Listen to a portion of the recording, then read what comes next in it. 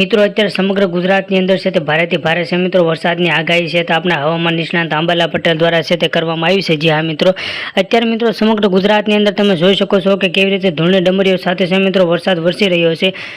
અને મિત્રો તમને કહી શકાય છે કે સમગ્ર ગુજરાતની અંદર છે અત્યારે ભારેથી ભારે કાળઝાળ ગરમીમાં છે મિત્રો હવે વરસાદ થવાની પૂરેપૂરી શક્યતા છે. આપણા આંબાલાલ હવામાન નિષ્ણાંત આંબાલાલ પટેલ દ્વારા છે તે સંપૂર્ણ આગાહી વ્યક્ત કરવામાં આવી છે. અત્યારે તમે મિત્રો દ્રશ્યની અંદર જોઈ શકો છો કે કેવી રીતે છે ધૂળની ડમરીઓ સાથે છે સમગ્ર ગુજરાતની અંદર છે તે ભારેથી ભારે છે મિત્રો પવનો ફેંકાઈ રહ્યા છે. આ ઉપરાંત તમે મિત્રો દ્રશ્યની અંદર જોઈ શકો છો કે કેટલીક જગ્યાએ છે તે ભારેથી ભારે છે તે પવનો છે તે ફેલાઈ રહ્યા છે અને ભારેથી ભારે છે મિત્રો પવનો છે તે પશ્ચિમના પવનો પોતાની સાથે મિત્રો વરસાદ લાવતા હોય છે. આથી કહી શકાય છે કે સમગ્ર ગુજરાતની અંદર ભારેથી ભારે છે મિત્રો વરસાદ વરસી શકે છે.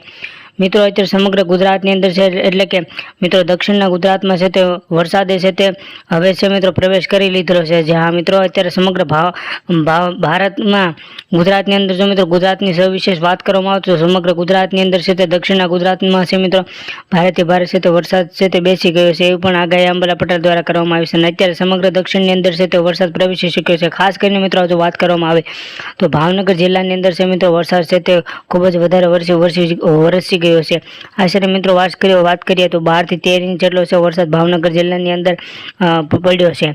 આ ઉપરાંત મિત્રો આંબાલાલ પટેલ દ્વારા એ પણ આગાહી કરવામાં આવી છે કે ટૂંક સમયમાં ગુજરાતમાં છે તે સૌથી મોટું એટલે કે સૌથી ભારે છે મિત્રો વાવાઝોડું છે તે ગુજરાત સાથે ટકરાશે એવી પણ આશંકા છે તે આંબાલાલ પટેલ દ્વારા વ્યક્ત કરવામાં આવી છે. જી હા મિત્રો, આંબાલાલ પટેલ દ્વારા જણાવવામાં આવ્યું છે કે આવનાર સમયમાં છે ગુજરાતમાં ભારેથી ભારે છે તે વાવાઝોડું ટકરાશે અને ગુજરાતની દરિયા કિનારા સાથે ટકરાશે. આશરે ગુજરાતથી લગભગ છે મિત્રો 350 કિલોમીટર દૂર છે વાવાઝોડું છે અને ધીરે ધીરે છે મિત્રો વાવાઝોડું છે ગુજરાત સાથે ટકરાશે અને ગુજરાતમાં છે તે મોટી માનહાનિ થશે.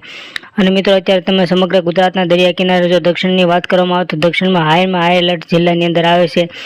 દ્વારકા આવે છે, પોરબંદર આવે છે, જુનાગઢ આવે છે, જામનગર આવે છે વગેરે જિલ્લાઓ છે તે હાઈ એલર્ટની અંદર આવે છે. એટલે કે ભાવનગર મિત્રો ભાવનગરનો પણ એનો સમાવેશ કરવામાં આવ્યો છે.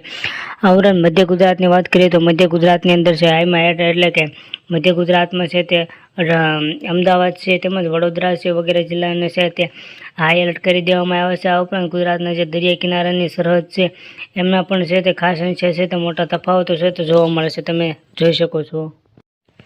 જી હા મિત્રો, અત્યારે દક્ષિણના કેટલાક છે તે જિલ્લાઓને ખાસ કરીને એટલે કે મિત્રો દક્ષિણના લગભગ આશરે મિત્રો વાત કરીએ તો 18 જિલ્લાઓ છે. 18 જિલ્લાઓ અને એના અમુક જે મિત્રો ગામડાઓ છે એટલે કે 33 ગામડાઓને ખાસ કરીને એલર્ટ કરી દેવામાં આવ્યા છે. આ ઉપરાંત જુદા જુદા કેટલાક છે તે દરિયા કિનારાના લોકો છે એના લોકોને ખાસ યોગ્ય જગ્યાએ ખસેડવા સરકાર દ્વારા પણ સૂચન કરવામાં આવ્યું છે. અને મિત્રો ખાસ કરીને આવા સમયે જો સરકાર દ્વારા જે સૂચનાઓ આપવામાં આવશે તેને આપણે ચુસ્તપણે પાલન કરવાનું રહેશે અને જે નીતિ નિયમો આપે છે તેને આપણે એનું યોગ્યપણે પાલન કરવાનું. મિત્રો હવે વાત કરીએ તો વરસાદની તો મિત્રો વરસાદ છે ગુજરાતના જુદા જુદા જિલ્લાઓમાં છે અત્યારે પડી રહ્યો છે અને વરસાદ છે તે ગુજરાત સાથે ટકરાશે એવી પણ છે તે આગાહી છે તે આંબાલાલ પટેલ દ્વારા કરવામાં આવી છે. મિત્રો અત્યારે છે મિત્રો મુખ્યત્વે વાત કરીએ તો ગુજરાતમાં દક્ષિણ ભારતમાં છે તે અને ઉત્તર ભારતમાં છે મિત્રો 2 ઋતુનો અનુભવ થઈ રહ્યો છે. જી હા મિત્રો, અત્યારે દક્ષિણ ગુજરાતની અંદર છે તે વરસાદનો ભારેથી ભારે કહેર વર્તાવાનો છે. જ્યારે ઉત્તર ગુજરાતમાં ચોમાસું શરૂ થયું હોવા છતાં પણ કેટલીક જગ્યાએ છે મિત્રો ગરમી જોવા મળે છે. પરંતુ આવનાર સમયમાં છે મિત્રો હજી વરસાદ છે તે વધારે પડશે એવી આગાહી છે આંબાલાલ પટેલ દ્વારા વ્યક્ત કરવામાં આવી છે. આ ઉપરાંત ગુજરાતના દરિયા કિનારે છે વાવાઝોડાના કારણે 4 થી 5 ઇંચ જેટલા ઊંચા મોજા પણ ઉછળી રહ્યા છે. આથી દરિયા લોકોને પણ ખાસ કરીને સાવચેત કરી દેવામાં આવ્યા છે.